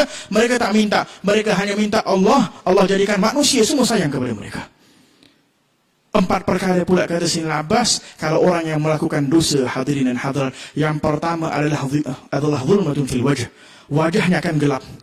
Orangnya mungkin handsome, orangnya mungkin cantik, tetapi kalau dia adalah kaki dosa, akan ada kegelapan yang membuatkan kita tak rasa tenang nak duduk dekat dengan dia. Tengok wajah dia saja kita rimas. Yang kedua, hatinya akan sempit, hatinya akan gelap, hatinya tidak akan tenang. Yang ketiga, rezekinya tidak diberkati oleh Allah Subhanahu wa Ta'ala. Dan yang keempat, Allah jadikan makhluk Allah benci kepada dia. Tengok saja wajah dia benci, tak kenal pun, tapi tiba-tiba tergerak dalam hati tak suka kepada dia. Kadang-kadang digerakkan oleh Allah Subhanahu wa Ta'ala karena dosa yang dilakukan walaupun dalam keadaan manusia tak pernah melihat. Dan itu kita angkat tangan bermohon kepada Allah Subhanahu wa Ta'ala.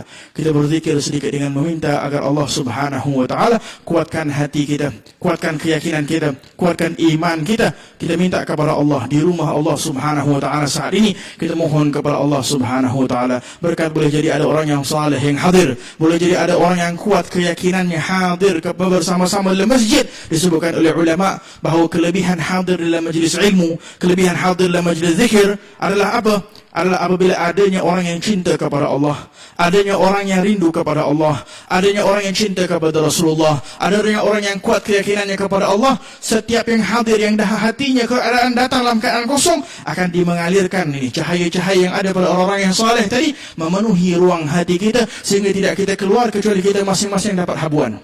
Hati kita penuh dengan cahaya, cahaya cinta kepada Allah, cahaya cinta kepada Rasulullah sallallahu alaihi wasallam. Kita angkat tangan, kita bermohon kepada Allah dengan meminta, dengan menyebut nama Allah Subhanahu wa taala. Sama-sama kita berzikir sedikit dengan niat agar kita dapat mengundang para malaikat turut hadir bersama-sama dengan kita. Dalam hadis sahih Rasulullah menyebutkan, saat kita berzikir kepada Allah, para malaikat beramai-ramai akan berkumpul bersama-sama. Kita tak nampak, tapi yakin dalam hati kita para malaikat turut hadir bersama, memenuhi langit dunia. Halakan-halakan disebutkan dalam hadis, halakah demi halakah memenuhi langit dunia. Kenapa? Kerana orang-orang telah berkumpul berzikir kepada Allah Subhanahu wa taala. Faqulu jami'an ya Allah ya Allah ya Allah ya Allah ya Allah ya Allah ya Allah ya Allah Allah ya Allah Allah ya Allah Allah ya Allah Allah ya Allah Allah ya Allah Allah ya Allah Allah ya Allah Allah ya Allah. Kami sedang berkumpul menyebut nama-Mu ya Allah. Ya Allah, ya Allah, ya Allah, meminta agar Kau mengampuni segala dosa kami ya Allah. Meminta agar Kau merahmati kami ya Allah. Meminta agar Kau berwenang kepada kami pada malam ini ya Allah. Kepada siapa ingin kami mengadu kelemahan kami selain kepada-Mu ya Allah. Kami yang datang dengan penuh dosa, kami yang datang dengan penuh kecurangan, kami yang datang dengan penuh kesalahan. Kepada-Mu kami meminta ya Allah, agar kami semua diampuni oleh-Mu ya Arhamar Rahimin, agar kami semua dirahmati oleh-Mu ya Arhamar Rahimin. Ya Allah, hati kami yang kosong ya Allah, janganlah Kau keluarkan kami daripada rumah-Mu pada malam ini, kecuali setiap daripada hati kami mendapat cinta kepada Allah, mendapat cinta kepada Rasulullah sallallahu alaihi wasallam. Ya Allah, ya Allah, ya Allah, Allah, ya Allah, Allah, ya Allah, Allah, ya Allah, Allah, ya Allah. Allah memberitahu di dalam hadis qudsi, Allah bersama seseorang itu saat mana dia menyebut nama Allah dan lidahnya bergetar menyebut nama Allah Subhanahu wa taala. Allah, ya Allah, ya Allah, ya Allah, ya Allah, ya Allah, ya Allah, ya Allah, ya Allah. Gunakan setiap daripada kami taubatan nasuha ya Allah. Boleh jadi ada pun dari antara kami yang telah melakukan dosa-dosa ya Allah. Pada malam ini ya Allah, kami niat agar kami bertaubat kepada-Mu ya Allah, daripada segala dosa yang besar, daripada segala dosa yang kecil. Kami mohon kepada-Mu ya Allah, kurniakan setiap daripada kami istiqamah dalam jalan yang diridai oleh-Mu ya Allah. Jauhkan kami daripada ma'asi, jauhkan kami daripada dosa. Penuhi hati kami dengan cahaya seperti mana Kau kurniakan kepada orang-orang salihin sebelum kami ya Allah. Ya Arhamar Rahimin, ya Arhamar Rahimin, ya Arhamar Rahimin. Ya Allah, ya Allah, ya Allah, Allah, ya Allah.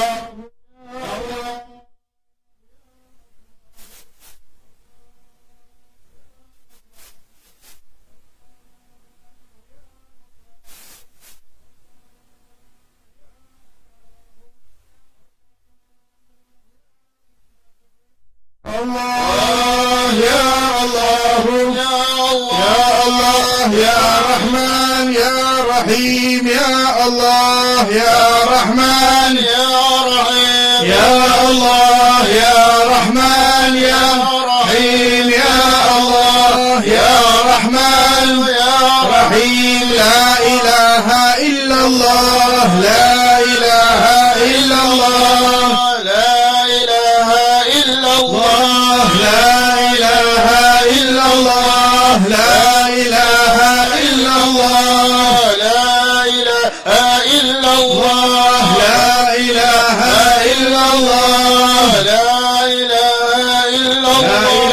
إلا الله لا إله إلا الله لا إله إلا الله. Rasulullah sallallahu alaihi wasallam bersabda dalam hadis, "Jaddidu, perbaharukanlah iman kamu dengan menyebut kalimat la ilaha illallah." Orang yang akan masuk ke dalam syurga Allah Subhanahu wa taala akan mendapat syafaat Nabi Muhammad yang dahulu di dunia pernah menyebut dengan kalimat la ilaha illallah ikhlas daripada hatinya. Disebutkan dalam riwayat dalam sebuah khabar bahawa barang siapa yang menyebutkan kalimat la ilaha illallah ta'ziman dengan penuh pengagungan dalam keadaan suaranya diangkat, maka Allah akan mengampuni 4.000 dosa. Kalau dia tidak mempunyai dosa, akan diampuni dosa keluarganya dan juga jirannya. Dengan itu kita akan menyebut kalimat la ilaha illallah setelah saya sebut, ramai-ramai kita sebut dengan niat Allah perbaharukan iman kita, dengan niat agar Allah kuatkan iman kita sehingga akhir umur kita insya-Allah kita mendapat husnul khatimah insya-Allah. Qala Rasulullah sallallahu alaihi wasallam, afdalu ma qultu ana wan nabiyyuna min qabli la ilaha illallah. لا إله إلا الله لا إله إلا الله محمد رسول الله صلى الله عليه وعلى آله وصحبه وسلم. عليها نحيا وعليها نموت وعليها نبعث insyaallah min amin berahmatika ya arhamar rahimin. Kita mohon kepada Allah moga-moga majlis kita pada malam ini dikabulkan oleh Allah Subhanahu wa taala, diterima oleh Allah Subhanahu wa taala. Dan kita doakan kepada para asatidzah kita yang hadir, para masyayikh kita yang hadir, para orang tua kita yang hadir, moga-moga Allah panjangkan umur mereka semua dengan sehat wal afiah, dapat terus memberikan manfaat kepada umat Nabi Muhammad sallallahu alaihi wasallam. Dan kita bermohon kepada Allah moga-moga masjid ini diberahmati oleh Allah, diberkati oleh Allah Subhanahu wa taala, menjadi sebab nur dan cahaya daripada Allah Subhanahu wa taala, menjauhkan segala musibah dan bala di kawasan ini, di negeri ini dan di negara kita ya arhamar rahimin. Rabbana zalamna anfusana wa illam taghfir lana tarhamna lanakunanna minal khasirin. Rabbana atina fid dunya hasanah wa fil akhirati hasanah wa qina adzabannar. Wa sallallahu ala sayyidina Muhammad wa ala alihi wa sahbihi wasallam. Walhamdulillahi rabbil alamin. Bisirril Fatihah.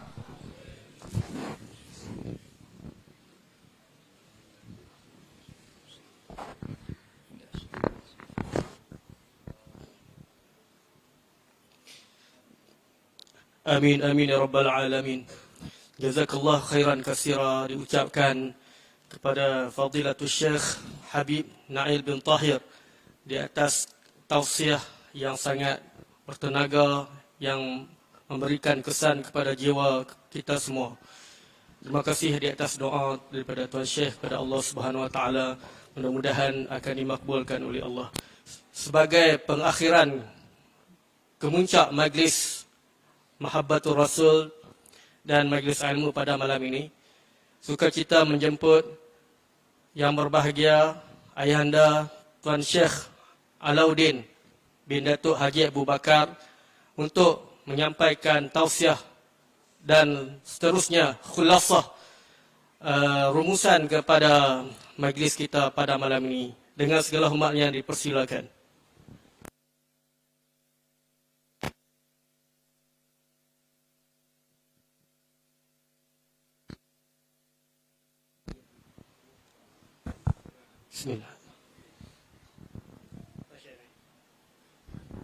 السلام عليكم ورحمة الله.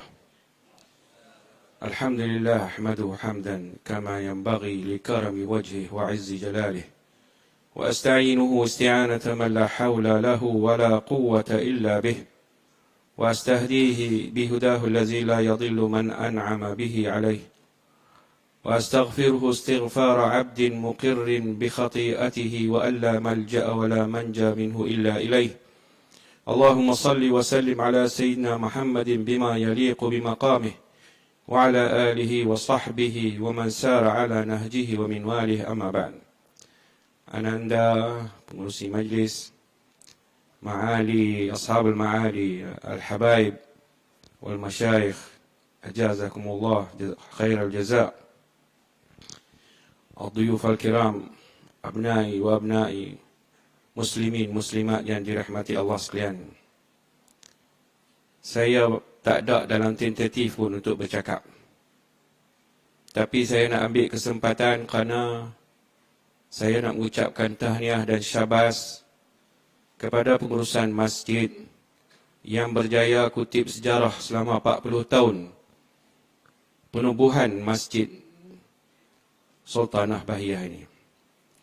Dan Alhamdulillah ini adalah daripada wafikiran yang saya lontarkan kepada masjid-masjid di daerah Kota Star semasa saya jadi qadi Kota Star untuk adakan sejarah penubuhan masjid dan imam-imam yang menjadi di masjid-masjid. Saya dapat 2 masjid, iaitu Masjid Zahir yang sejarah penubuhan Masjid Zahir pada 1912. 1 tahun dah. Dan hari masjid ni 40 tahun. Dan apa yang disebut oleh Syekh tadi, Habib kita, bahawa 40 tahun ni adalah angka yang istimewa.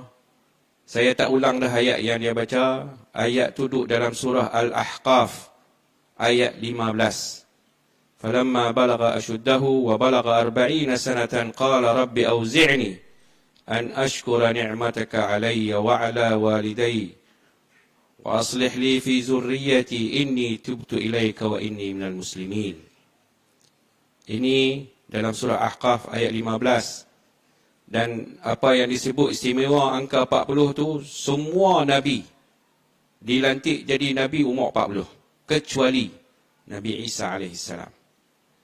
Dan apa yang disebut oleh Syekh Mahmud, bahawa masjid pertama yang Rasulullah SAW bina adalah Masjid Quba. Itu pun Allah catatkan dalam Quran, dalam surah Taubah ayat 108.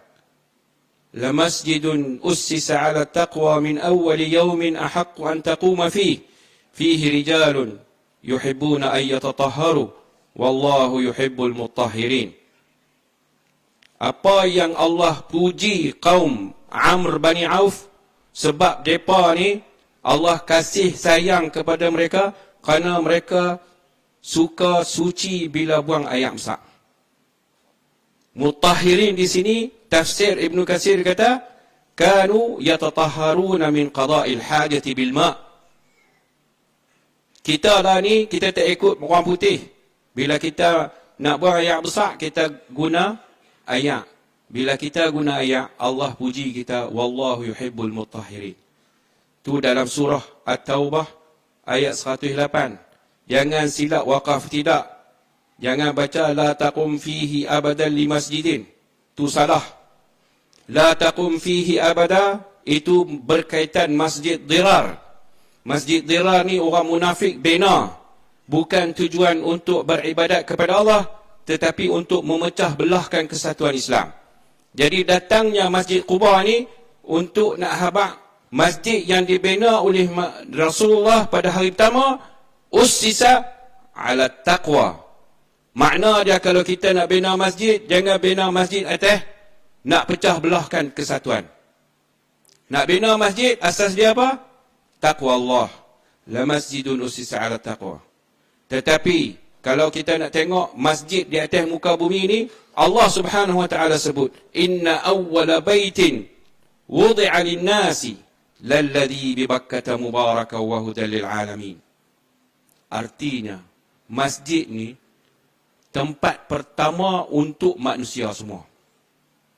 Sama ada malaikat yang bina, Tok Adam bina, Nabi Ibrahim bina, awwala baitin wudi'a lin-nas lalladhi bi Bakkah.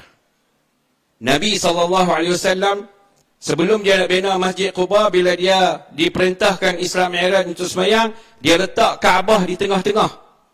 Dia tak ke Masjidul Aqsa, sebab itu adalah arah kiblat yang pertama. Tapi setelah pi Madinah, bila bina nak tala ke Masjidul Aqsa, orang Yahudi kata, tengok depa ikut kiblat kami. Turunnya ayat suruh tukar arah kiblat. قد نرى تقلب وجهك في السماء فلنولينك قبلة ترضاها فولي وجهك شطر المسجد الحرام وحيث ما كنتم fawallu wujuhakum syatrah. Jadi ayat tu jelas. Bagi Yahudi tak suka bila tengok Nabi tukar arah kiblat daripada Masjid Al-Aqsa pergi ke Masjidil Haram. Nak habaq, masjid ni adalah rumah ibadat yang pertama dibina atas muka bumi, dan itulah yang Nabi buat bila sampai Quba. La masjidun usisa 'ala taqwa min awwali yawmin ahaqqu an taquma fi. Daripada min awwali yawmin itulah Sayyidina Umar bin Khattab ambil peristiwa hijrah ni jadi takwim hijrah Rasulullah. Artinya sudah 1445 tahun Nabi telah bina Masjid Quba, Masjid Madinah. Yang kita duduk pi sekarang ni adalah setelah Nabi sampai ke Madinah, Nabi bina Masjid Madinah pula. Itulah yang dikatakan dalam surah Taubah ni, kenapa Allah sebut peristiwa tu, dan peristiwa yang sebut oleh Syekh Nail tadi ni, la tahzan inna Allah ma'ana, ma zannuka bi'abdain Allahu thalithuhuma. Akidah ni tuan-tuan, kalau kita tanam, kita menang dunia akhirat. 1000 tahun lebih umat Islam rentah dunia. Dengan apa? La ilaha illallah. Allah bila berserta dengan kita, satu dunia musuh dengan kita, kita tak heran. Ma zannuka bisnain Allahu thalithuhuma. Allah rakamkan benda ni dalam surah apa? Surah Taubah ayat 40. Surah Taubah ni surah yang ke-27 daripada 28 surah turun di Madinah. Surah Taubah dia cerita tentang perang terakhir Rasulullah, perang Tabuk. Perang yang Nabi dengan sahabatnya tak masuk perang pun. Berlaku pada bulan Rejab tahun yang ke-9 Hijriah. Perang terakhir, tapi tak ada bertembung dengan siapa pun, sebab Allah selamatkan. Allah nak uji ya. Allah nak uji dalam perang Tabuk tu iman orang Islam. Beriman tak? Sayang ke nyawa ke sayang ke buah? Perjalanan jauh 15 hari. Takut perjalanan ke? Takut kepada Allah. Takut pada neraka. Masa tu panas pedih. Panas terik. Tapi berjaya orang beriman. Sebab Rasulullah didik mereka dengan iman. Kalau iman ada dalam hati, dia tak heran. Musuh ada 200,000, tak heran. Dia sanggup nak mati pasal dia yakin dengan Allah kata mati masuk syurga. Iman tu kita nak didik kepada tuan-tuan semua ni. Bila kita duduk dalam rumah Allah ni, dikatakan fi baitin majtama'a qaumun fi baitin min buyutillah yazkuruna Allah illa haffathumul malaika wa ghashiyatuhumur rahmah wa dzakarahumullahu fi man indah. Karena itu Syekh Nail sebut kita ni, ya Allah, kita sebut, nak bagi Allah sebut kita. Bila kita sebut Allah, Allah sebut kita di para malaikat dan para nabi di sisinya. Jadi kalau nak cerita ni jadi ceramah pula. Saya panjang pula. Semua doa lepak nasi pula. Jadi saya nak ucapkan syabas dan tahniah kepada habaib. Jazakumullah khair.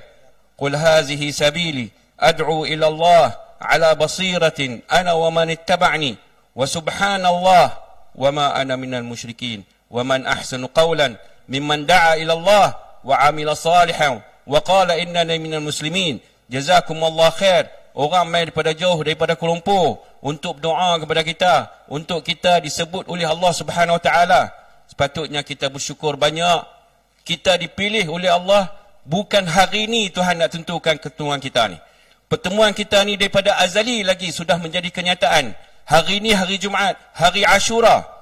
Hari ni kita buat sambutan berselawat kepada Rasulullah sallallahu alaihi wasallam. Apa lagi kita nak? Cuma kita nak Allah terima saja kita. Kalau Tuhan tolak kita, kita rugi banyak. Allahumma ij'alna minal ladzina yastami'una al-qawla fayattabi'una ahsanah.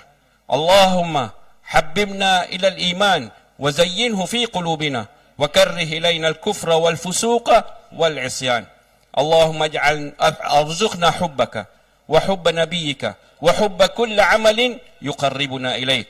اللهم باعدنا عن النار. اللهم اصرف عنا عذاب جهنم إن عذابها كان غراما. اللهم اجعلنا من المسلمين المتقين المؤمنين المخلصين لك يا الله. وارزقنا ممن دخل الجنة مع من أنعمت عليهم من الأنبياء والصديقين والشهداء والصالحين وحسن أولئك رفيقا. أختم قولي بقول شاعر يقول: حسب نفسي عزا أني عبد يحتفي بلا مواعيد ربه، هو في قدسه الأعز لكن أنا ألقاه متى وأين أحبه. أقول قولي هذا وأستغفر الله لي ولكم ولسائر المسلمين. تقبل الله منا ومنكم، والسلام عليكم ورحمة الله وبركاته.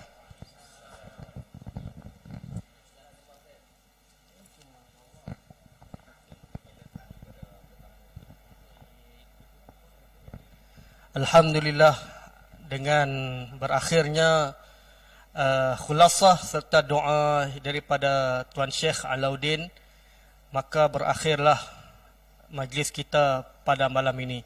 Sekali lagi saya bagi pihak Masjid Sultanah Bahiyah mengucapkan setinggi penghargaan kepada seluruh muslimin dan muslimat yang ada dalam majlis ini, khususnya mereka yang telah bertungkus lumus membantu menjayakan majlis ini, serta yang paling dimuliakan pada malam ini yaitu para habaib, para alim ulama yang hadir bersama-sama dengan kita, berdoa dan memberikan nasihat yang sangat berguna kepada kita semua. Alhamdulillah, bersyukur kita kepada Allah. Segala puji bagi Allah, Tuhan sekalian alam. Jadi dengan segala hormatnya, saya menjemput kepada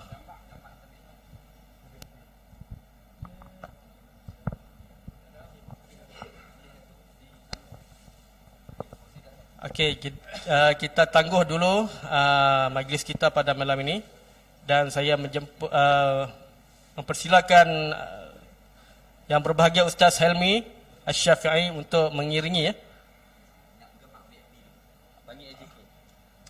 Okey, kita akan ada sesi bergambar bersama dengan jawatan kuasa selepas ini.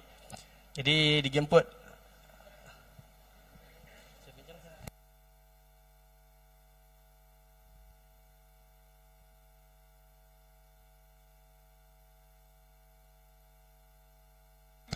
kita tangguh dulu. Alhamdulillah. Tasbih Ghifarah dan suratul Asr.